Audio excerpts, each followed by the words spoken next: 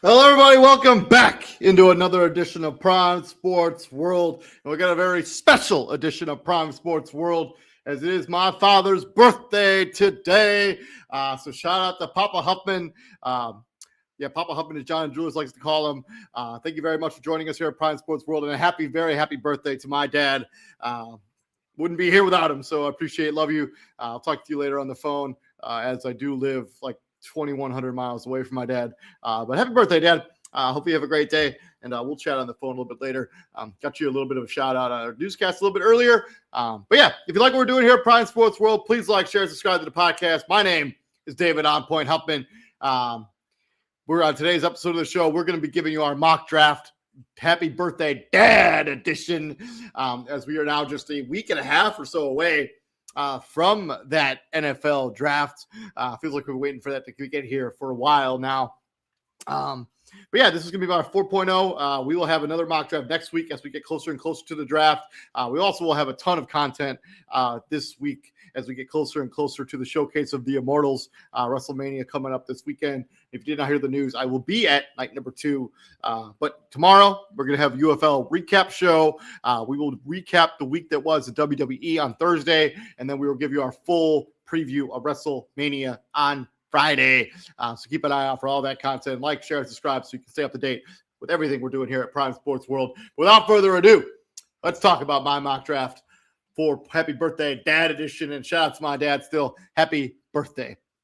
And then the worst kept secret in all of football, the Las Vegas Raiders are on the clock, and they have the first overall pick. I try to make these mocks different every single time, put a different player, different little spots.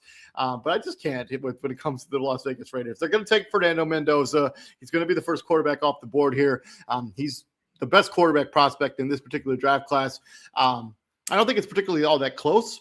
Unfortunately, I don't think he's a generational prospect, but he's good enough to be a first overall pick, and the Raiders have a major need at quarterback. I know they brought in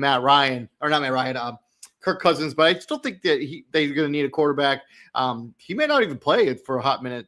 As I think they want Matt Ryan to get a bulk of the starts there at the beginning of the season at least.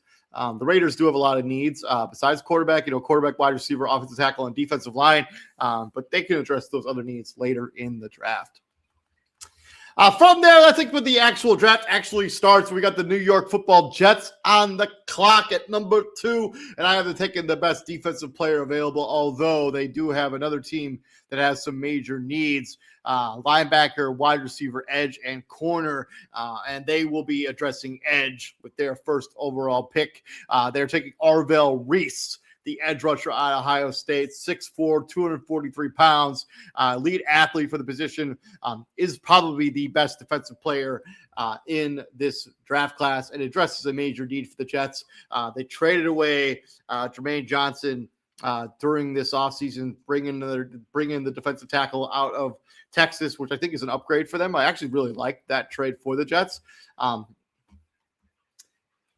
Oh, hey, man, yeah. Bro, the Raiders, best team ever. Yeah, let's go. I'm not a Raiders fan. I'm obviously a Chicago Bears fan. I'm from Chicago. But I did have a friend back home that used to be obsessed with the Raiders. And we'll see how they end up shaking out. But they appreciate the shout out, man. Or Marsha. Is that Marsha? I don't whichever it is. Las Vegas Raiders. Keep checking us out. Please like, share, and subscribe to the podcast as we go through this offseason. But yeah, Jets, Arvell Reese, Ohio State, edge rusher going to the Jets. To the Arizona Cardinals, who have a ton of needs on the Arizona Cardinals side, as this team is not just one piece away from being extremely competitive.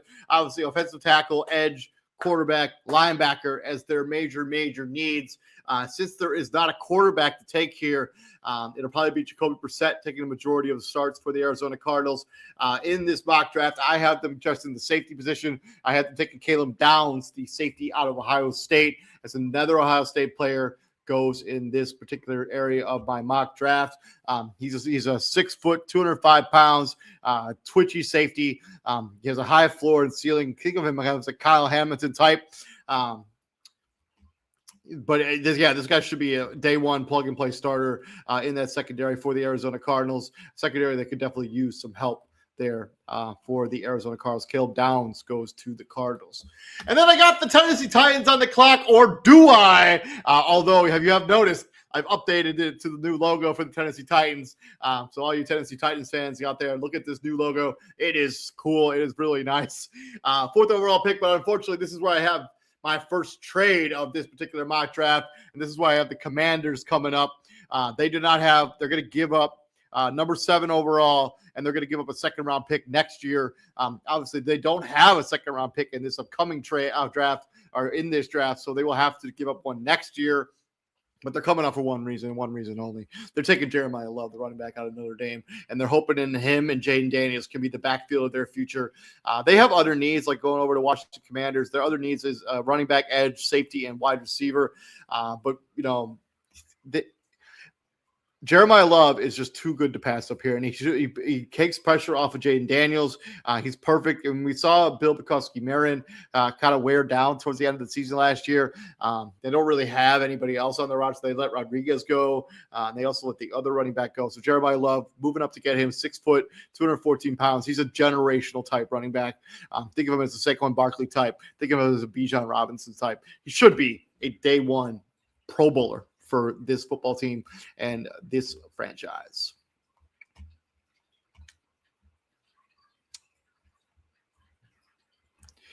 From there, we're going to swing into the New York Football Giants.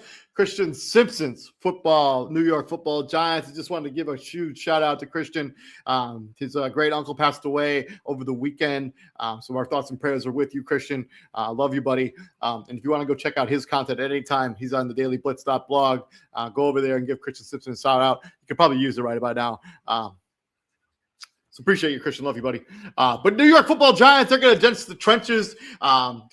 Big Frank the Tank, or Big Frank, I think is what me and Izzy decided we're going to call him. The offensive tackle out of Miami. Evan Neal has been a pretty big bust there on the left side or right side. So you get him along with Andrew Thomas, if he can stay healthy. That's a pretty solid combination there at the tackle position, and they have to keep Jackson Dart upright if he's going to be the franchise, if he's going to be the guy. I mean, they could go a bunch of different ways in this particular draft. You look at their major team needs. We got linebacker, safety, wide receiver, and running back. But I'm going to have them take the best defensive tackle, offensive tackle in this draft. Big Frank going to the New York Football Giants. Mwagia is how you pronounce that last name, I do believe. From there, we have the Cleveland Browns on the clock, and they also could go a plethora of different directions when it comes to this particular mock draft. They have needs at wide receiver, offensive tackle, corner, and then edge as their major needs. But I have them addressing their biggest need. I have them keeping an Ohio State kid in their state. Carnell Tate, wide receiver, comes the first one off the board here. OSU Browns going to the wide receiver, going to the Cleveland Browns. Just looking at some of his measurables, he's a day one, ready to start, plug and play wide receiver one, 6'3", 195 pounds, crazy athleticism. He just was an absolute man-child in college and should translate directly into the National Football League. So Carnell Tate stays in the state of Ohio, goes from Ohio State, the Columbus, Ohio, to Cleveland, Ohio. And now pick number 7. This is now the Tennessee Titans on the clock as they made the trade with the Commanders to move back and pick up some draft capital so they could surround Cam Ward with some more weapons. In previous mock drafts, I have had them go various different directions. I think I've had them go offensive line and defensive line. But in this particular mock draft, it's likely to do things slightly different here. I'm going to have them take Jordan Tyson, the wide receiver out of Arizona State, as Matt James would like to tell you. Was it pitchforks up? Yeah, for Jordan Tyson, Arizona State wide receiver for the Titans. They do have other needs in this particular draft that they could look to address, including running back, edge, linebacker, and wide receiver. But I have them going to go wide receiver. I think he's a real ceiling riser, and I think they got to get some weapons around Cam Ward. They lost Shiga Kongwu. I mean, this could be a Kenyon Sadiq landing spot as well if you want to kind of reach for him, but. I have them go Jordan Tyson, 6'2", 200 pounds. He has ability to be a wide receiver one. They don't really have that. I know they have Calvin Ridley still on the roster, but I mean, he's been wildly inconsistent throughout his NFL career. So I think they're going to go a different direction in this particular mock draft, and I have them going a different way as well. Thank you, Steve. I appreciate the there on, I don't know how you're watching us, but on Facebook there, Steve, we appreciate the shout out there. Liking our podcast. If you like our content, please like, share, and subscribe to the show. From there, we got the New Orleans Saints on the clock and going down to the Bayou. We're going to get Tyler Shook some more players to play around with him. But because of the way this mock draft kind of shook out, Trey Henderson hasn't been in that building for about 3 years now. They've been looking for another edge rusher to kind of be Cameron Jordan as he still is in the National League and still playing there. They get a steal here at number 8. David Bailey falls all the way to them at number 8. And this could be a realistic outcome there. Saints wide receiver, edge, corner, safety as their number 1 needs here for them. But David Bailey is a absolute freak of nature coming out of Texas Tech, 6'3", 250 pounds. He doesn't necessarily have the ideal size and length, but he's got crazy explosiveness and crazy twitch. He's going to be an absolute pass rush machine in the next level. Maybe he's not a 3-down player, but he should be coming in on pass rusher situations and get you those game-changing sacks as he is a senior, 22 years old, will be 23, I think, when the season finally starts. But David Bailey is an absolute home run pick here at number 8 for the New Orleans Saints. From there, we got the Kansas City Chiefs on the clock, and they do have some major needs as they will probably be without Patty Mahomes, at least for the start of next season as he recovers from that ACL tear. But they need a corner as they let both of their major corners, one in the free agency, one in trades, walk out the door. Edge, wide receiver, and then offensive tackle as Jawan Taylor is no longer on this particular roster anymore. But I have them going corner. I have them addressing their most number 1 pressing need. You let both your corners walk out the door. They address that by getting Mansour Delaney, one of the best corners in this particular cycle, at number 9 for the Kansas City Chiefs. 6 feet, 190 pounds, was banged up last season, so didn't play much, but he is an absolute shutdown corner, and he comes from one of the best cornerback universities in LSU. I think Patrick Peterson coming out of that. So moving on from there, pick number 10 is where we have the Cincinnati Bengals on the clock, and they get an absolute steal, in my opinion, with the way this mock draft is shooking out. They do have some big-time needs, safety, corner, edge, linebacker. Like every single season that we talk about the Cincinnati Bengals, defense is their number 1 need. We're going to go with linebacker as Sonny Styles is going to be their guy. Many people have him as a fringe top 5 pick. Could potentially go to the New York Football Giants at number 5, but I have him falling all the way to number 10. 6'5", 243, excellent attacking linebacker. Had a crazy combine where he just put on an absolute show as one of the best combine performances we've seen in the modern era. Sonny Styles is going to be an absolute game changer for the Cincinnati Bengals in a defense that needs game changers. From there, we have the Miami Dolphins on the clock, and they have 2 first-round picks because they traded Jalen Waddle away in a couple of weeks ago to the Denver Broncos. Their major needs are obviously wide receiver, corner, offensive tackle, and then edge. There are a lot of different ways the Miami Dolphins could go here with the 11th overall pick, but I had them making kind of an interesting decision here. They're taking Kenyon Sadiq, the tight end out of Oregon, who also had an insane combine, 6'3", 245 pounds. He's the ideal modern tight end. You can load him out wide there with 2 first-round picks. I think you take the upside with Sadiq and then maybe you go a little bit safer with the second of your 2 first-round picks. Can make a major impact in both receiving and blocking. Kenyon Sadiq, I think, is an interesting move here by the Miami Dolphins, and I could be an absolute ceiling raiser, as we don't know how much longer Dalen Waller's going to play, as he's already retired once. So there, any moment we could see him, moving on from the National Football League and do whatever else Darren Waller wants to do with his life post NFL career. From there, we got the Dallas Cowboys on the clock. We got the Dallas Cowboys on the clock. We got 11 people watching us. 8 people on YouTube. We appreciate the support over there on YouTube from Prime Sports World. If you like what we're doing here, like, share, and subscribe to the podcast. Dallas Cowboys on the clock. Their major needs here are going to be corner, edge, linebacker, and safety. And, they let one incredible edge rusher out the door in Micah Parsons. Well, they're going to find a guy who's fallen in this particular mock draft to number 12, Ruben Bain Jr., the big defensive end from Miami. And I know there are some concerns about his arm length. His production and play strength outweighs those concerns. He's 6'3", 270 pounds. The guy just is an absolute game changer, game wrecker. To get him at 12 for the Dallas Cowboys, I think is an absolute home run, slam dunk move. We could see a scenario where teams are like chopping at the bit, making phone calls with the Miami Dolphins. If he was to fall this far, I could see a team trying to trade back up into the first round, trading up in the first round to try to get Ruben Bain, as long as the price tag isn't too high. So, however that ends up working out for whoever. From there, we have the Los Angeles Rams on the clock, who addressed their major need in free agency as they stole both of the corners from the Kansas City Chiefs. They signed Watson, and then they traded for that's not coming to me right now. But you know what I'm talking about. Then they traded for the corner. I'm going to have to look that up. That's going to really piss me off.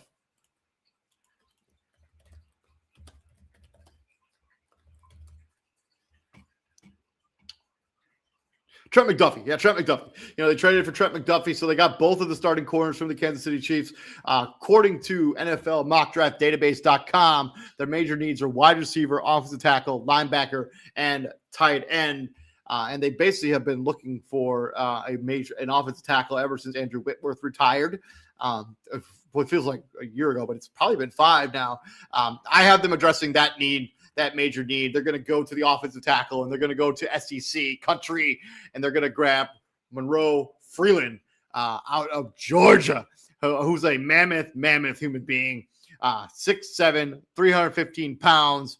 He's got the ideal size for the position, as he is pretty inexperienced, so he's a true junior entrant, good mover, best suited for an inside zone heavy scheme. But yeah, I think he was a big time riser because he wasn't even a starter at Georgia last year. He gets into the starting lineup there and just kind of improves every single week.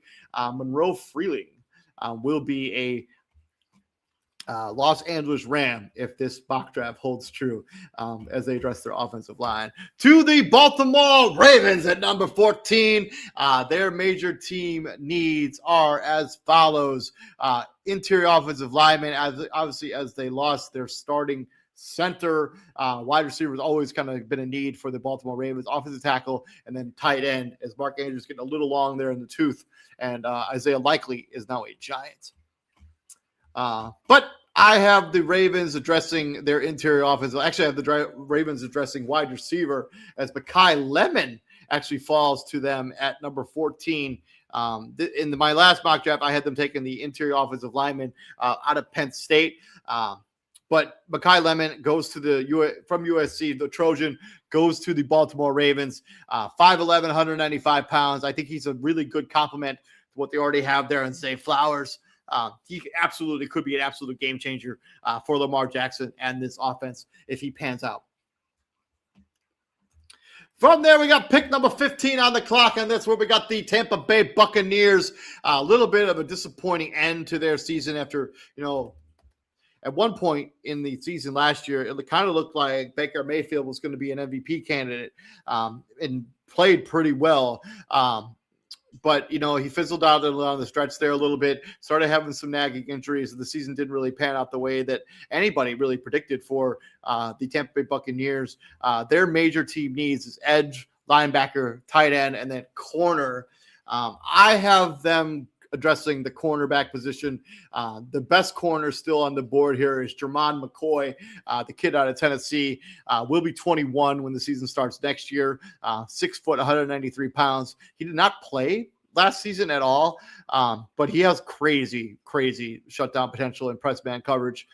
You're going to have to go all the way back to his 2024 tape to watch anything on him because he did not play last season, I think coming off an ACL tear. But the dude is just an absolute – who was a number one recruit when he came out of high school, should be a very valuable piece for this Tampa Bay Buccaneers as they try to rebuild that secondary after losing some of their pieces in the offseason. From there, we got the New York Football Jets on the clock, or do we? As I actually have the second of two picks trades in this particular draft. I have my Chicago Bears calling up the New York Jets, and they're going to give them their first-round pick this year. They're going to third-round pick this year and a second-round pick next year to move up to 16 and take – they have the number going up, just looking at some of their needs for Chicago as they've traded up to make this pick. Defensive line, edge, safety, wide receiver, and they've kind of been looking for that other edge rusher to put on the other side of Montez Sweat. This is where they're going to address that. I have Akeem Mesidor, 6'3", 280 pounds. He's going to be 26 by the time the season starts, but he has absolute pass rush traits, and we need a guy who's going to be ready to win now. Even though he's more built for a 3-4, but I think it'll be okay. This is a win now move for the Chicago Bears. There's no real ceiling raiser. If you want to get really aggressive for Chicago, I just felt like the price tag would be too rich to try to move up all the way to 12 with the Dallas Cowboys and try to get Ruben Bain, who would be an absolute home run trade. I think we'll find a way to make this same trade package work, but I just don't think that's going to be the case. But yeah, this guy is an absolute freak of nature, 6'3", 280 pounds, should be a win-now player, had an excellent 2025 for the Miami Hurricanes as they ended up losing in the Natty. But this is a good value trade for both the teams. You're the Jets, you get extra draft capital because they're not a team that's really one move away for being a Super Bowl contender, but you get extra draft capital, and the Bears get what they've been looking for because they didn't really address it in free agency. Kem Mesidor ends up becoming a Chicago Bear with the 16th overall pick in this particular draft. And we are officially halfway through this particular mock draft. If you like what we're doing here at Prime Sports World, please like, share, and subscribe to the podcast. And let me know what you want your team to do when it comes to the NFL draft, as we are just about 10 days away from that becoming a reality. From there, we got the other NFC North team, as all the NFC North teams are going to be picking past this point. We have the Detroit Lions on the clock, and they're going to draft an offensive tackle. I got them going Spencer Fano. It's not their number one need, but it's, edge, offensive tackle, edge, defensive line, interior offensive line. I also think the Bears needed to jump the Detroit Lions to make sure that they didn't get this, just in case the Lions decided to take an edge with this particular pick, but I have them going offensive line. I have them thinking Spencer Fano, the offensive tackle out of Utah, 6'6", 308 pounds, somewhat undersized for the position, but the dude is just an absolute impressive athlete with explosiveness, fluidity, and balance, grip strength and competitive, make him a strong fit for an outside zone scheme. He should be a day one plug-and-play starter for the Detroit Lions. He will probably be about 21 when the season finally starts in August. From there, we got another NFC North team on the clock. We got the Minnesota Vikings as they did address their quarterback scenario, bringing in Kyler Murray to at least push J.J. McCarthy. But we all know their longtime Harrison Smith is no longer in the building, but they have other needs: safety, defensive line, corner, and then running back. It's Aaron Jones getting a little bit long there in the tooth. But I have them dressed as safety. You place one white safety retires for the Minnesota Vikings. So let's bring in another white safety. Dylan Thielman, the safety out of Oregon, 6 foot, 205 pounds, had a insane combine performance in Indianapolis. Just put up crazy numbers. Versatile safety who excels in coverage and downhill run support. He's basically going to be Harrison Smith 2.0. It should be an absolute game changer for the Minnesota Vikings as they move on from the Harrison Smith era for their football team. Carolina Panthers on the clock in the last mock draft. I had them taking Kenyon Sadiq here from the University of Oregon. He's unfortunately no longer on my board as Mick Droff is shooken up way different. But tight end, wide receiver, offensive tackle, and then corner are their number one needs for the Carolina Panthers. And I have them addressing wide receiver. That means I have 4 wide receivers going in the top 20 picks here. But I have them taking Amari Cooper, the wide receiver out of Indiana, who basically really put himself on the map there this season. 6 foot, 204 pounds, and should be an excellent compliment to Tetairoa McMillan as he looks to build on his offensive rookie of the year season last season. But yeah, the guy has strong hands. He's got a dense frame. He probably projects more as a wide receiver too, but I think you roll the dice if you're Carolina Panthers. If you really want Bryce Young to be the guy, this kind of has to be a make or break season for Bryce Young. From there, we got the Dallas Cowboys back on the clock as they got 2 first-round picks in this upcoming draft. This one is a result of the Micah Parsons trade. And with this second overall pick, I have them taking C.J. Allen, the linebacker out of Georgia, as they look to address that need. C.J. Allen, Georgia, 6'1", 235 pounds, physical, reliable middle linebacker. He's just an absolute ceiling raiser when it comes to your defense. And you're hoping maybe you can get a little bit of some edge rushing out of him. Maybe not. But he should be an absolute plug-and-play day one starter for the Dallas Cowboys, as linebacker is a major need for this franchise as we move forward for the Dallas Cowboys. We're going to move a little bit faster here through the last couple picks here. Pick number 21 is the Pittsburgh Steelers, who are now on the clock, and this is where I have my second quarterback going. I'm going to have them get the heir apparent for Aaron Rodgers. I don't think it's completely clear what Aaron Rodgers is going to be doing this season. I know he's probably going to make a decision before the draft, so these things could ultimately change. And, maybe Will Howard is the guy. Maybe he's going to have an opportunity. But I think if you're the Pittsburgh Steelers, you addressed a lot of your major needs in free agency and with the trade of Michael Pittman Jr., I think you take a roll of the dice. I mean, Ty Simpson ends up going to Pittsburgh. They do have other needs, obviously. I mean, but Pittsburgh quarterback has been a major need, as you've never really set up an heir apparent plan. Ever since Ben Roethlisberger's been there, there's been nobody that's been ready to step in. I know they have offensive tackle needs, but I don't think there's anybody to really take here. Offensive tackle, wide receiver, interior offensive line, and then corner, and then quarterback obviously is a major need. And I think Ty Simpson, give him a season, especially if Aaron Rodgers stays, give him a season to sit behind Aaron Rodgers, kind of learn how to be a pro. And if you're Dan Orlovsky, he's the best quarterback in this draft. So shout out to Dan Orlovsky. He's one of the better media guys when it comes to the National Football League. So I know he got clowned for that take on Pat McAfee's show, but he's really good on TV. So Steelers address a major need. They go quarterback. They plan it for the future, unlike what they did a few years ago when Ben Roethlisberger finally retired. From there, we got the Los Angeles Chargers on the clock, and they have some major needs, and one of them was very obvious if you watched any of that playoff game for Chargers when they went up against the New England Patriots. But they do have a needed edge, as Khalil Mack's getting long in the tooth there. Interior offensive line, defensive line, and offensive tackle. Either of those two guys can really have been able to stay healthy at all so far in their pro career. But I have them addressing offensive line, interior offensive line. I have them taking Ione.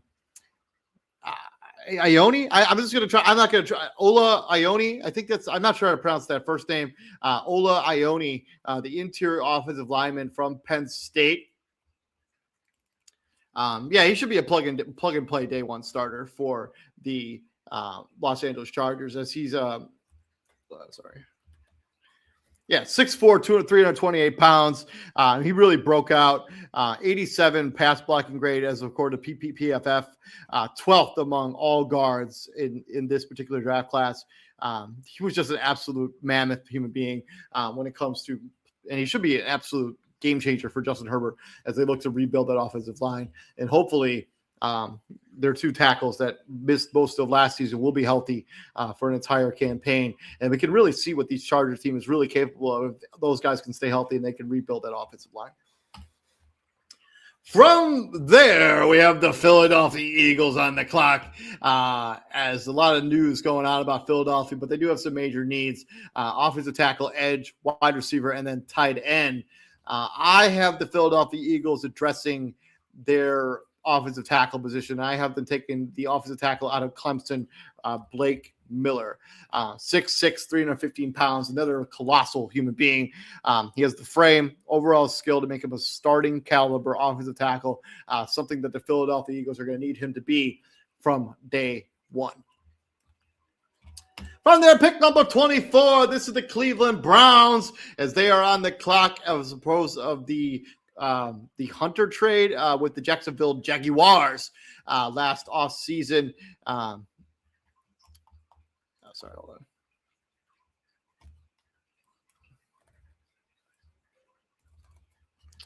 But yeah, I mean, Cleveland has a lot of needs. We kind of talked about it a little bit here earlier. I mean, they really need to rebuild their entire offensive line because they came into this offseason with not a single offensive line on their roster. And I have them taking one of the younger players in this class, Caden Proctor, 6'7", 366 pounds, another mammoth human being, 86.1 grade by PFF, a junior. He's 20 years old right now. Will be 21 by the time the season starts. Massive, powerful offensive lineman prospect. Good coordination, movement ability for a guy that's that big of a human being. Arm length, not exactly what you like for a tackle, but he could potentially be a guard at the next level. But 6'7", 366 pounds. They don't build those kind of human beings very often, and he should be a day one plug-and-play starter, hopefully for the future as they try to build around Sador Sanders. They try to build around their wide receiver there, the kid from Ohio State, as they try to build around the wide receiver, Carnell Tate, that I already put on them from earlier in this particular mock draft. From that, we have the Chicago Bears on the clock. But if you remember earlier from my mock draft, the Bears made a phone call with the New York Football Jets, and they moved up. And they moved up with the New York Jets. Yeah, the New York Jets. And now the Jets are on the clock with this particular pick. Hold on, sorry.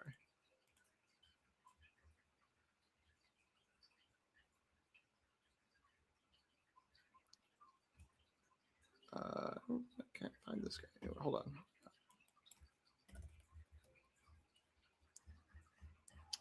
I'm eventually going to have them go edge, but I cannot find the player on this list that I would have them take. Oh, yeah. Keldrick Falk ends up becoming a New York Jet, 6'6", 285 pounds. He's not a pure pass rusher.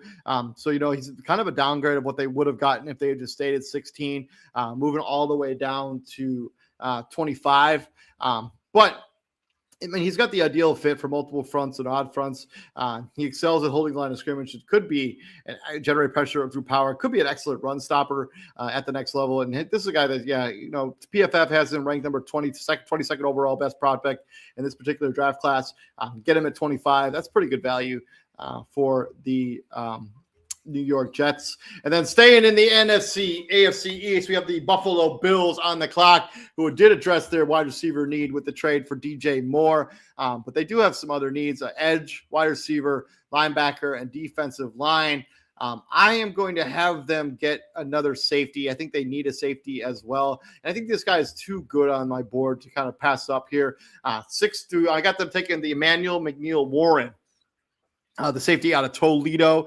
Mac represent, baby. 6'2", 202 pounds. Big explosive safety. A knack for creating turnovers. They've been looking for safety help ever since their two main safeties left 2 years ago. And PFF had to give them a season grade last season of 91.1. And maybe Toledo is going to become like quarter defensive back as Adrian Mitchell has been an absolute game changer for the Philadelphia Eagles at the cornerback position. This is another guy who's a pretty good value, getting a 21st rated prospect at 26. So kudos to, I like that pick a lot for the Buffalo Bills, as nobody circles the wagons quite like the Buffalo Bills. From there, we have the San Francisco 49ers on the clock as they were riddled by injuries down the stretch of last season. And they're going to try to, they still had a pretty solid season, so hopefully they stay healthy. George Kittle probably will miss the majority of next season with that Achilles tear. But they do have some major needs, including offensive tackle, edge, wide receiver, and defensive line. Let's not forget Trent Williams is getting a little bit long in the tooth there. But I do have them going edge. We don't know what Nick Bosa is going to look like when he comes back, but this team really struggled to generate any kind of real pressure after the quarterback he went down. We saw, I think they only had, I think the quote is that the Seattle Seahawks in the two games that they played against the San Francisco 49ers against the San Francisco 49ers, they had more sacks in those two games than San Francisco did the entire season, and that needs to change because their corners are not great. So they're going to need to have a dominant edge rushing presence. TJ Parker, the edge out of Clemson, 6'3", 260 pounds. He's a really well-rounded edge defender. He's like one of those jack of all trades, but not really great at any one thing, which should be an absolute rotational piece with starting caliber potential. If he can develop a little more strength or explosiveness at the edge position for the San Francisco 49ers. And as I am in San Francisco now, I do want them to play well. And I do think this would be a good step towards making the right decision for their particular franchise. From there, we got the Houston Texans on the clock. They have some major needs when it comes to their needs, as you saw in the playoff game. But they do have defensive line to corner with Danielle Hunter and Will Anderson, offensive tackle, interior offensive line, and linebacker. But I'm going to have them go. There isn't really an offensive tackle to take at this point at 28, as they all kind of been taken off the board early and often in this draft, which is why things usually shake out in most NFL drafts. But I have them going, I have to look this up. Hold on a second. I have them going defensive line. I have them going back to Ohio State, where they're going to get Caden McDonald, the defensive lineman out of Ohio State, 6'3", 326 pounds, 86 season grade out of PFF, fueled by elite run defense. He's a little bit undersized, I think, to play like defensive tackle for like a nose tackle. But he has a really nice run defense. He should be a plug and play starter for the Houston Texans as they try to build on what was it? It's still a promising season, but kind of went down in a fizzle in that game against the New England Patriots. And they weren't particularly good in that game against the Pittsburgh Steelers either, as they won that game, but the offense just didn't really look good in that game. From there, we have the Kansas City Chiefs back on the clock as they got this pick from the Los Angeles Rams. And they still have the same needs as I talked about earlier in the show. They have the need at edge, corner, wide receiver, and then offensive tackle. And because they lost both of their starting corners, I have them they're taking two corners in this particular mock draft. I have this one. This one I have, he's got a brother in the National Building already. He's going to go Avion Terrell, the corner out of Clemson. He has the lineage there. His brother is AJ Terrell, plays for the Atlanta Falcons. Pretty good corner there for him. But yeah, he's 5'11", 180 pounds. Elite football IQ, playmaking instincts, should make him a day one starter. And if you're the Kansas City Chiefs and you lose both your starting corners, you need to roll the dice on two corners. And maybe one of them becomes a shutdown guy. I think you got to take that shot.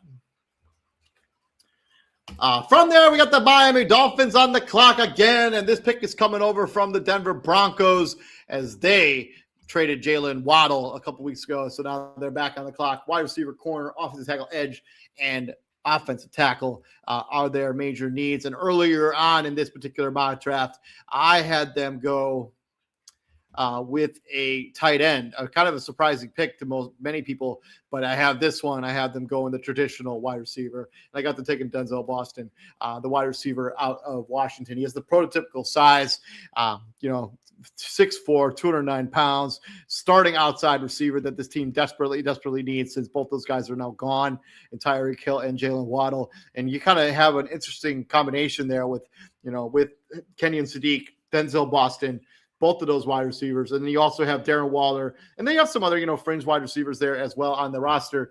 Tutu Atwell, who's kind of a flyer guy on the outside. But Denzel Boston should be a really nice piece for Malik Willis. I mean, you sign Malik Willis, you give him all this money. You got to give the guy a shot to be a productive quarterback. And if you're not going to surround him with any weapons, I don't know what we're doing here. From there, the Super Bowl runner-up New England Patriots are on the clock.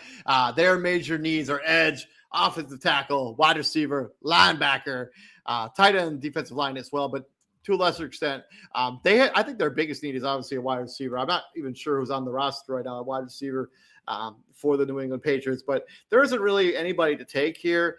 So I don't want to reach and just take someone just for the sake of taking someone.